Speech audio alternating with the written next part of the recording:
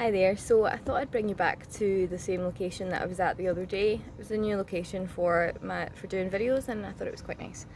I love a little bit of nature behind me. I also put on a different top today. I realised after I'd recorded those videos the other day that I've had the same white t-shirt on for the last like 6 videos.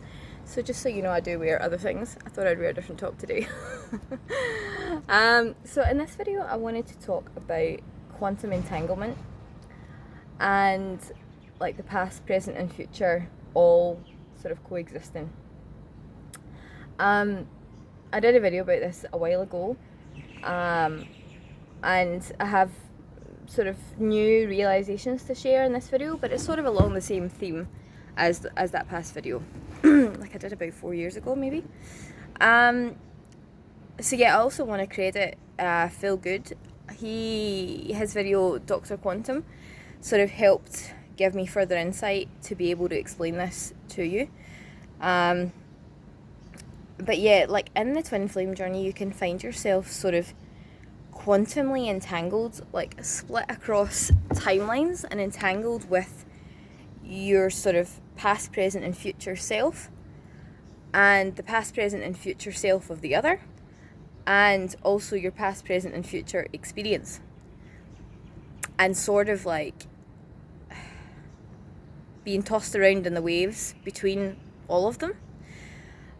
We think that the past, present and future is like a linear timeline, like the past is behind me, the present is now, and the future is ahead of me, which on 3D or on a lower dimension, that's true.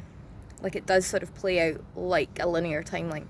However, the higher you go dimensionally or the higher you go vibrationally, it all sort of collapses into the now, and it all sort of is sort of coexisting. It's hard to explain if you haven't experienced it, but so I wanted to talk about in this video how, like, why it hurts so much sometimes, or one reason why it hurts so much. Like I feel like this whole journey just hurts so much at times. But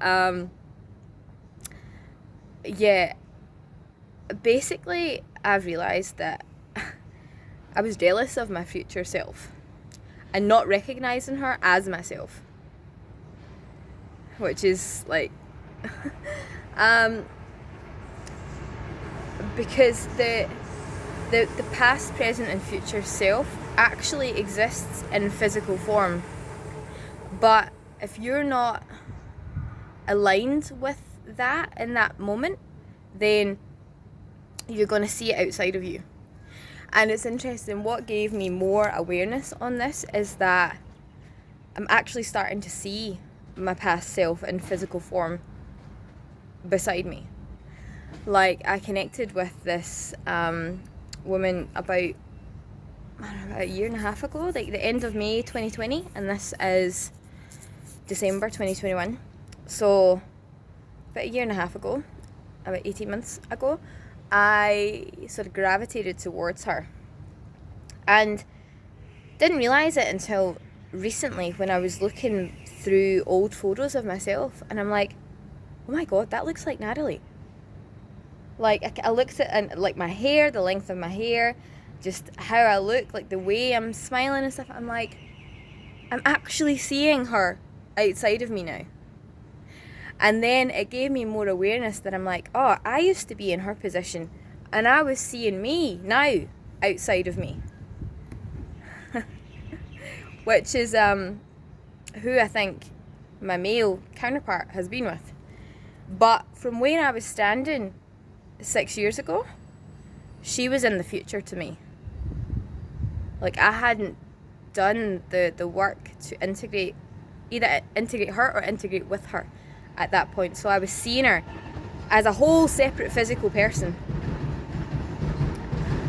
But like gradually I'm getting closer and closer to what was in my future and is now in my present. So now I'm looking at my past self outside of me from the future standpoint.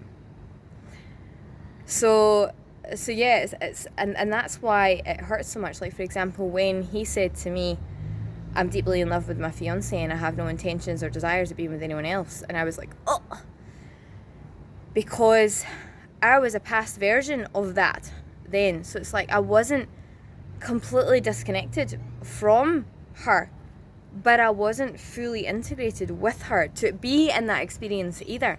I was sort of watching that experience from a past vantage point rather than being in it, but there was still like, she's a future version of me, or she was a future version of me. So I was like, there wasn't total disconnection either. So it was like I was feeling that rejection because I wasn't unified with the version of me that was experiencing that. And I think this is where we need to open our consciousness or open our awareness as well, in terms of how we treat the past versions of the other. Like I know it's not necessarily conscious, like I don't think he meant to hurt me like that, or even probably wasn't even aware that I was a past version of her, or to some extent wasn't. Like I feel like his consciousness has sort of come in and out, and sometimes it seems like he is aware of that, and then other times he treats me like I'm totally nothing to do with that. So I think in that particular moment he probably wasn't aware that I was a past version of her, but I was feeling that sort of rejection of me, but then also he was choosing me, but choosing a different version of me. So it was like I was still having that somewhat connected experience of that. So yeah, so it's very interesting how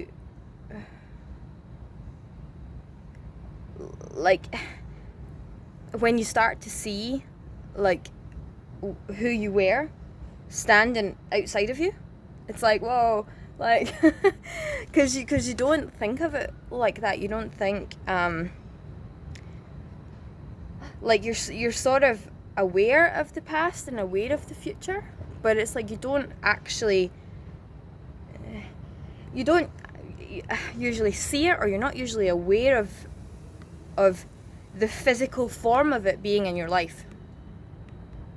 But like I said, with this future version of me from when I was Natalie, I wasn't aware of her being a future version of me at that point.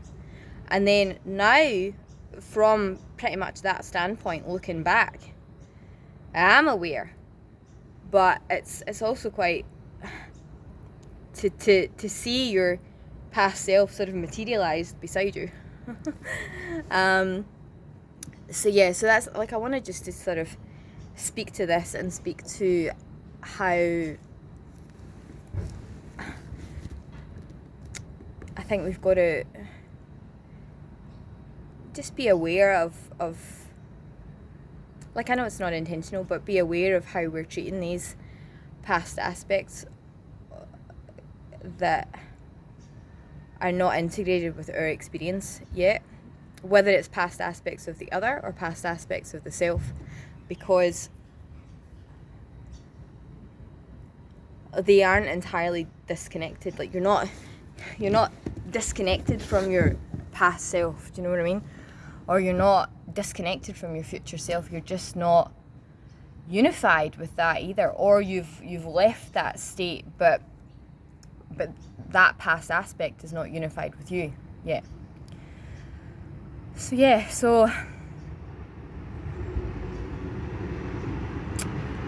and it's also interesting, like I've noticed that it's almost like part of me has been coming forward in time and part of me has been going backwards in time to meet that present moment as well. Like it's like I felt like the version of me that was Natalie has been going forwards in time and becoming more whole, whereas I think the version of me that he connected with has sort of been coming back to presence, like was too far ahead of the other side and has been coming back, which is interesting because the name of the woman that I think I'm ultimately integrating, her name sort of is a bit like that. It's a palindrome name where basically it's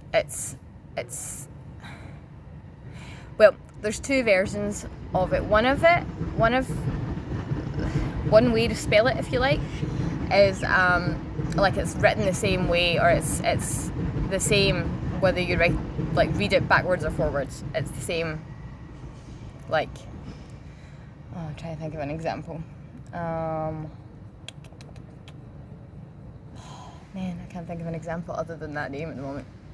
But yeah, it's basically the same whether you read it left to right or right to left. And then the other one's name, that's essentially the same name but it's spelled differently, is almost like a mirror effect, and it like folds in half, and it's like the first two letters and the last two letters like are like a mirror effect of each other. Like if you, it's got 5 letters, and if you split it at the A in the middle, it would bend together, or like sort of come together as a mirror effect, where it's like, say it was TS, then it's ST. Like, that's not what it is, but it's like if you bend it in half or split it in half, it's like TS on one side and ST on the other side. So yeah, anyway, so it's interesting because I think that's where I'm heading. That's where I'm actually trying to unify. And it just makes me think of that, how the journey has felt like part of me trying to move forward to presence, like part of me that was stuck in the past that needed to sort of evolve or to, you know, rise in frequency or whatever to reach the present. And then the other half has felt like it was too far ahead from the present, and sort of like ran away from the present in a way, like wanted to get ahead too quickly without taking the other half with it. And I feel like that part's been coming backwards, whilst the other part has been coming forwards to meet in the presence. But yeah, I think that's all I wanted to share today. Well, I've got another video to do actually, but that's all for this video. So I hope you're all having a nice day, and I shall be back soon.